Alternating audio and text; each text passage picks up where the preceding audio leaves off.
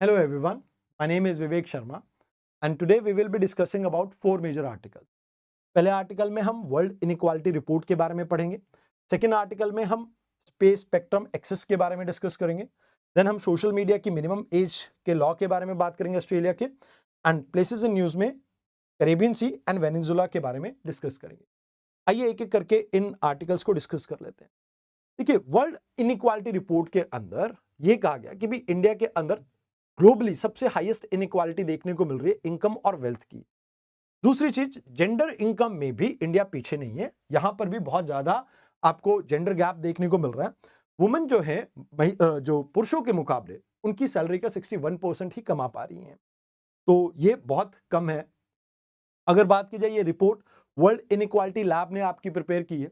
अब इस रिपोर्ट में ये कहा जाता है कि भाई इनइक्वालिटी 2024-25 के अंदर अगर हम बात करें, टॉप 10 अर्नर्स ये इंडिया के अंदर 58% जो है इंडिया की नेशनल इनकम का रिसीव कर रहे हैं।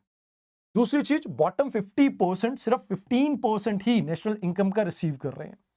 अब ये रिपोर्ट ये भी हाईलाइट करती है कि भाई ये हाईएस्ट है वर्ल्ड के अंदर, एंड ये कंपेयर आप कर सकते हो कि अगर आप देखें ब्राजील, साउथ अफ्रीका के मुकाबले हम बहुत ज्यादा यहां पर इनइक्वालिटी आपकी एग्जिस्ट करती है। वैसे इनइक्वालिटी इंडिया में 1990 में एलपीजी रिफॉर्म के बाद इंक्रीज होने लगी थी, एंड अगर बात करें वेल्थ इनइक्वालिटी की, वो तो इवन और भी ज्यादा एक्सट्रीम है। जो टॉप 1% है वो 40% टोटल नेशनल वेल्थ का अभी अक्वायर करके बैठे हैं, एंड टॉप 10% ऑलमोस्ट 65%। तो कहा जाता है कि भी लॉन्ग टर्म अगर आप इंक्रीज देखना चाहते हो तो आपको वो भी देखने को मिलता है। जैसे फॉर एग्जांपल 45% जो हमारी इनइक्वालिटी थी, कंसंट्रेशन ऑफ वेल्थ आपको जो देखने को मिलती थी, आज वो 65% के आसपास आ चुकी है। तो कहते हैं कि भाई बॉटम 50% आपका बहुत निग्लिजिबल शेयर होल्ड करता है। एंड ब्राजील की बात करें तो यहां पे टॉप 10% के पास अप्रोक्सीमेटली आपका 85% है, तो अपनी इनइक्वालिटी स्लाइटली इनसे लोअर है। अगर टॉप 10% साउथ अफ्रीका की बात करें तो 79% ये आपका शेयर करता है। तो इंडिया इनसे तो थोड़ा बेटर परफॉर्म कर रहा है, बट स्टिल इंडिया की हालात अभी भी बहुत खराब ही हैं। तो कहा जाता है कि भाई इनइक्वालिटी की अगर बात करें, टॉप 1% जो है इंडिया में हाईएस्ट आपको लाइक उनका शेयर देखने को मिलता है ग्लोबली। इन्होंने इस इनकम इनइक्वालिटी में यूएस, ब्राजील और साउथ अफ्रीका को पीछे छोड़ दिया। चाइना की कंपेयर करें तो चाइना के कंपैरेटिवली इंडिया के टॉप 1% की इनकम नियरली आप 50% हायर देखते हैं जो चाइना के टॉप 1% के पास है। तो ये चीजें आपको देखने को मिलती हैं। तो कहते हैं कि भाई देखो, कंट्रीज लाइक चाइना, वियतनाम है, इन्होंने हाई इनकम ग्रोथ को अचीव किया है, बट उसमें इसको इन्वेस्ट किया गया एजुकेशन, हेल्थ, स्किल और सोशल प्रोटेक्शन के ऊपर, जहां जिसकी वजह से इनइक्वालिटी कम हुई। अब देखो, इंडिया के पास अगर हम बात करें तो हमारे पास एक अगर हम बात करें इन्वेस्टमेंट करने की जरूरत है ह्यूमन डेवलपमेंट इंडेक्स के अंदर, जहां पे 3 स्टेट्स ने तो अच्छा करा, केरला, तमिलनाडु और इवन पंजाब ने, और एक यूटी ने अच्छा परफॉर्म किया, दैट इज आपकी दिल्ली। तो यहां पे अगर आप देखेंगे तो स्टेट्स के अंदर भी जीडीपी का काफी अच्छा खासा ग्रोथ रेट आपको देखने को मिला है। बट कुछ स्टेट्स हैं जैसे मध्य प्रदेश, बिहार, उड़ीसा, उत्तर प्रदेश, ये कहीं ना कहीं आपकी इनमें ग्रोथ रेट आपकी थोड़ी कम रही है। तो कहते हैं कि अगर आपने बूस्ट करना है इंडिया के अंदर, इनइक्वालिटी को कम करना है, तो उसके लिए आपको पब्लिक एजुकेशन और स्किलिंग के ऊपर फोकस करना होगा। आपको प्रोग्रेसिव टैक्स के ऊपर फोकस करना होगा, जितनी ज्यादा इनकम उतना ज्यादा टैक्स, एंड आपको वर्कफोर्स में फीमेल का पार्टिसिपेशन इंक्रीज करना पड़ेगा। And in addition to this, urban और रूरल एरिया में जो गैप एग्जिस्ट करते हैं उसको भी मिनिमाइज करना होगा। सोशल सेक्टर की स्पेंडिंग, हेल्थ, न्यूट्रिशन, एजुकेशन, आपका इंफ्रास्ट्रक्चर, इसके ऊपर आप फोकस कीजिए, एंड साथ के साथ फॉर्मलाइजेशन ऑफ इकोनॉमी के ऊपर आपको फोकस करना होगा। तो दैट इज रिक्वायर्ड। अब बात करते हैं आज के सेकेंड आर्टिकल के बारे में। देखिए, इस आर्टिकल में कहा जाता है कि भाई रैपिड जो कमर्शलाइजेशन देखने को मिल रही है सैटेलाइट की, तो इससे मेगा कॉन्स्टलेशन, खासकर जैसे आपने इलन मस्क का आपने एक प्रोजेक्ट देखा होगा जिसमें 5000 के करीब सैटेलाइट को लोअर अर्थ ऑर्बिट में प्लेस किया जाएगा। तो कहते हैं कि भाई इससे डिमांड जो है रेडियो स्पेक्ट्रम की वो इंक्रीज होती जा रही है, एंड ऑर्बिटल स्लॉट्स जो है वो आपके कम होते जा रहे हैं। क्यों? क्योंकि ओवरऑल इतनी सारी सैटेलाइट्स आएंगी तो स्पेक्ट्रम का एलोकेशन एक चैलेंज हो जाएगा, ऑर्बिट में बहुत ज्यादा कंजेशन देखने को मिलेगी, एंड स्पेस डिब्रीज भी आपकी इंक्रीज होंगी। तो कहा जाता है कि भाई देखो, सैटेलाइट जो है वो एक स्पेसिफिक फ्रीक्वेंसी के ऊपर वर्क करते हैं जहां पर वो कम्युनिकेट कर सके। मतलब आप ये कह सकते हो कि बेटर कम्युनिकेशन के लिए। अब ट्रेडिशनली अगर हम बात करें, जियो स्टेशनरी सैटेलाइट्स को हम यूज करते थे, एंड कहीं ना कहीं इसमें प्राइवेट कंपनी को जो सैटेलाइट डेवलप करने की हम या डिप्लॉय करने की इजाजत देते थे, तो वो आपकी लोअर अर्थ ऑर्बिट में आती थी। तो इंटरनेशनल टेलीकम्युनिकेशन यूनियन ने कोऑर्डिनेट करती है ये स्पेक्ट्रम की एलोकेशन के लिए, एंड ऑर्बिट कहां पर कौन से स्टेट किस सैटेलाइट को प्लेस कर सकते हो उसके लिए। तो कहते हैं कि भी टेक्नोलॉजी एडवांस और चीप सैटेलाइट कैपेबिलिटीज के साथ आप ये देखते हो कि डिप्लॉयमेंट एकदम से बहुत ज्यादा तेजी से इंक्रीज हुई, कमर्शलाइजेशन इंक्रीज हुआ, एंड ये एक प्रॉब्लम हो गया। तो कहते हैं लोअर अर्थ ऑर्बिट आपकी लेट्स से अर्थ से 160 किलोमीटर से स्टार्ट होती है एंड अप्रोक्सीमेटली 1000 किलोमीटर तक ये जाती है। कुछ किताबों में ये भी कहा जाता है कि ये 2000 किलोमीटर तक जाती है आपकी। तो यहां पे आप ये कह के चलिए कि इसमें खास बात ये होती है कि 90 से 120 मिनट के अंदर ये अपनी पूरी जो रेवोल्यूशन है उसको कंप्लीट कर लेती है। लेटेंसी अल्ट्रा लो है एंड इस वजह से ये सूटेबल है आपकी ब्रॉडबैंड के लिए। इन एडिशन टू दिस यहां पर आपको बहुत ज्यादा सैटेलाइट्स को मेंटेन करना पड़ता है, बिकॉज अदरवाइज आपको जो एंटीना है उसकी पोजीशन बार बार चेंज करनी पड़ेगी, तो वो एक प्रॉब्लम देखने को मिलती है। अगर जियो अर्थ ऑर्बिट की बात की जाए तो 35,786 किलोमीटर की हाइट पे ये लोकेटेड है। जियो स्टेशनरी ऑर्बिट एक ही होती है जो कि डायरेक्टली आपके इक्वेटर के ऊपर देखने को मिलेगी, एंड यहां पे ये लार्ज जोग्राफिकल एरिया को कवर करते हैं जिसमें ब्रॉडकास्टिंग को, वेदर सैटेलाइट को और कम्युनिकेशन सैटेलाइट्स को आप यहाँ पे रखते हैं। बट इसमें लेटेंसी यानी डाटा के आने जाने में बहुत ज्यादा टाइम लग जाता है, तो जिस वजह से इसको कई बारी आप इतना ज्यादा इंकरेज नहीं करते हैं। तो कहते हैं कि भी अभी ज्यादा सैटेलाइट होने की वजह से कंपटीशन इंक्रीज हो चुका है एंड फ्रीक्वेंसी बैंड और खासकर लोअर अर्थ ऑर्बिट में स्पेस ये एक बड़ी प्रॉब्लम हो गई है। अब ऑर्बिटल कंजेशन की वजह से स्पेस डिब्रीज का रिस्क इंक्रीज हो गया, जिसकी वजह से कभी भी अगर कोई सैटेलाइट क्लॉइड कर गई तो इससे बहुत बड़ा नुकसान हो सकता है। अब रेगुलेटरी एंड गवर्नेंस की बात की जाए तो इंटरनेशनल जो टेलीकॉम यूनियन है एंड नेशनल फ्रेमवर्क है ये आपके आते हैं, बट कहीं ना कहीं ये डिफरेंट ऑपरेशनल स्केल के ऊपर वर्क करते हैं। तो इस वजह से ऑपरेशनल जैसे बहुत ज्यादा सैटेलाइट्स की आप मास डिप्लॉयमेंट देख रहे हैं एंड डायनामिक स्पेक्ट्रम शेयरिंग की आप बात कर रहे हैं, तो उसमें कई बार प्रॉब्लम आ जाती है कि नेशनल और इंटरनेशनल लेवल पे आप प्रॉपर कोऑर्डिनेट नहीं कर पाते हैं।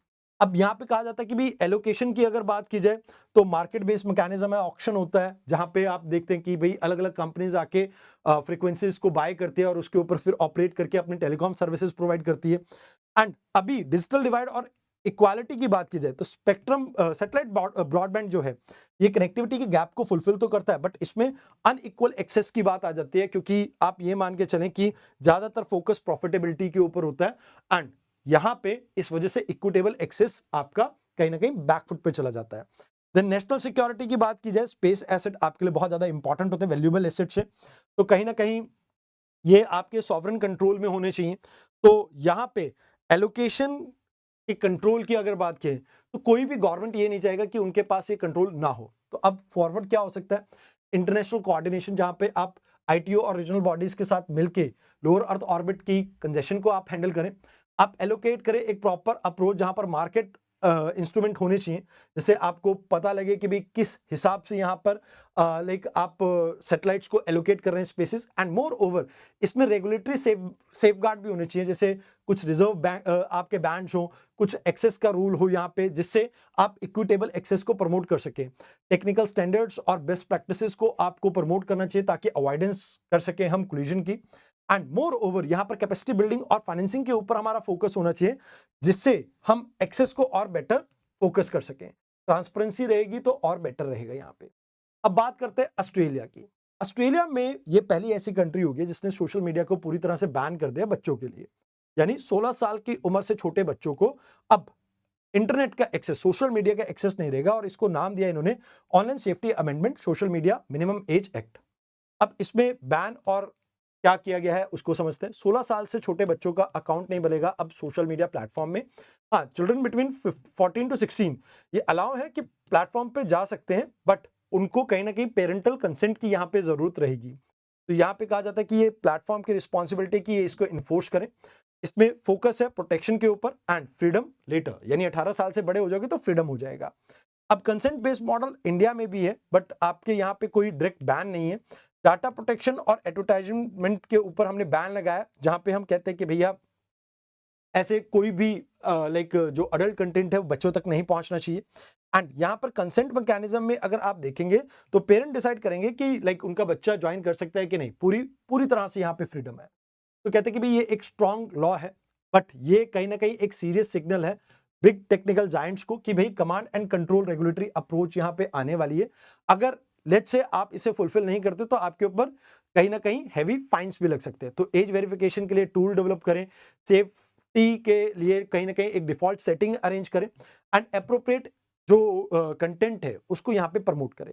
तो कहते हैं कि भाई देखो countries like US, UK, France, Spain, south Korea, New Zealand, ये ऑलरेडी इस चीज को एनालाइज कर रहे हैं। तो ये एक इंटरनेशनल स्टैंडर्ड के लिए आप कह सकते हो कि पहली मुहिम हो सकती है। तो कहते हैं कि भाई इंडिया के अंदर childs data versus childrens overall online experience, इसकी बात की जाए तो डीपीडीपी एक्ट हमारा क्या कहता है कि भैया ये फोकस करता है कि डाटा कैसे कलेक्ट करना है, कैसे यूज करना है। वेदर चिल्ड्रन शुड अलाउ और नॉट, इसके बारे में ये कोई यहाँ पे डिस्कस नहीं हुआ है। तो cyber bully, sexual exploitation, harmful content and screen addiction ये बड़ी प्रॉब्लम रहती है। वेरीफाइबल पेरेंटल कंसेंट यहाँ पर अभी तक कुछ क्लियर नहीं किया गया। कहा जाता है कि प्लेटफॉर्म यहाँ पे कुछ भी लाइक कंसेंट के बारे में बात नहीं करता है। कहीं ना कहीं क्या पेरेंट और गार्डियन के ऊपर सबको छोड़ देना चाहिए, एक बड़ी बात आ जाती है। अब जैसे फॉर एग्जांपल माइग्रेंट वर्कर्स के जो बच्चे हैं या सिंगल पेरेंट्स के जो बच्चे हैं या गार्डियन के साथ जो रहते हैं, उनके बारे में यहाँ पर कोई क्लैरिटी नहीं दी गई कि उनके कंटेंट को कैसे रेगुलेट किया जा सकता है। इंडिया में वैसे भी डिजिटल लिटरेसी बहुत कम है, तो यहाँ पे वैसे भी आप ये मान के चलो कि बच्चों के एक्सप्लॉइट होने के चांसेस ज्यादा हो जाते हैं। तो कहते हैं कि एक बैलेंस रेगुलेटरी मॉडल हमें लाना चाहिए जहां पर एज वेरिफिकेशन के ऊपर हमें फोकस करना चाहिए एंड कहीं ना कहीं ब्लैंकेट बैन के ऊपर फोकस नहीं करना चाहिए। हम प्रिवेसी एंड सेफ्टी के बारे में बात करें तो हमें इंश्योर करना होगा वेरिफिकेशन जहां पे आप कॉम्प्रोमाइज ना करें चिल्ड्रन के पर्सनल डाटा को। मोर ओवर आप डिजिटल लिटरेसी को इंप्रूव करो, पेरेंट, टीचर, चिल्ड्रन को सेफ ऑनलाइन बिहेवियर के बारे में बताइए। आप प्लेटफॉर्म की अकाउंटेबिलिटी को तय कीजिए ताकि ट्रांसपेरेंट रिपोर्टिंग हो, क्विक एक्शन हो जहां पर भी कोई हार्मफुल कंटेंट देखने को मिलता है। एंड इंडिया स्पेसिफिक अप्रोच में कहा जाता है कि भाई आपको लाइक डिफरेंट स्टेक होल्डर्स के साथ कंसल्ट करके इसको आगे मूव फॉरवर्ड करना चाहिए। अब बात करते हैं आज की लोकेशन की। तो यूएस ने अपने मिलिट्री एयरक्राफ्ट को कहा कि भैया आप सेकंड इंस्पेक्शन के लिए यहां पर तैयार हैं। अब देखिए वेनेजुला, कैरेबियन सी, आगे आपका यूएस पड़ता है। अब यूएस कहता है कि भाई यहां से ड्रग ट्रैफिकिंग होती है हमारे यहाँ पे। अब वेनेजुला की बात की जाए तो ये बॉर्डर शेयर करता है आपके कोलंबिया के साथ, ब्राजील के साथ। ये ग्वाना आ गया आपका, यहाँ पर आपकी इंडीज माउंटेन आ जाती है एंड मोर ओवर यहाँ पे आपकी ओरोनिको रिवर है जो कि इसकी एक फेमस रिवर है। क्राकस इसकी कैपिटल सिटी है। तो ये कैरेबियन सी की बात की जाए तो साउथ अमेरिका एक तरफ आ जाता है, सेंट्रल अमेरिका एक तरफ आ जाता है and greater and lesser Antilles island nations इसके आसपास रहते हैं। तो ये चीज आपको यहाँ पे याद रखनी है। अभी फिलहाल के लिए इस एरिया में अगर हम बात करें तो आपको कोरल्स काफी अच्छे खासे देखने को मिलते हैं। हाई मरीन बायोडाइवर्सिटी है, कहीं ना कहीं मैंग्रोव्स के लिए ये अच्छा खासा एरिया है। एंड अगर देखा जाए तो यहाँ पे लाइक थ्रेट यहाँ पे एक सबसे बड़ा ये आ जाता है कि भैया इसमें एक्सेसिव मिलिटराइजेशन हो रही है। मिलिट्री की डिप्लॉयमेंट यूएस और वेनेजुला की तरफ से बहुत ज्यादा देखने को मिल रही है। हाँ, ये बात सच है कि भाई ड्रग ट्रैफिकिंग के लिए एक इलीगल कॉरिडोर है, बट कहीं ना कहीं एक्सक्लूसिव इकोनॉमिक जोन और टेरिटोरियल कॉन्फ्लिक्ट यहाँ पर इंक्रीज होने की वजह से लाइक आप ये कह सकते हो कि थोड़ी प्रॉब्लम रहती है। जैसे खासकर वेनेजुला और ग्वाना के बीच में, वेनेजुला और नीदरलैंड के बीच में टेरिटरी को लेकर कुछ डिस्प्यूट है इस एरिया में। कोरल ब्लीचिंग, हुरिकेन्स और सी टेम्परेचर के राइज होने की वजह से बायोडाइवर्सिटी के ऊपर इंपैक्ट आपको काफी अच्छा खासा देखने को यहाँ पे मिल जाता है। दीज वर दी आर्टिकल्स जो आज हमें डिस्कस करने थे। आज के डिस्कशन में इतना ही। धन्यवाद।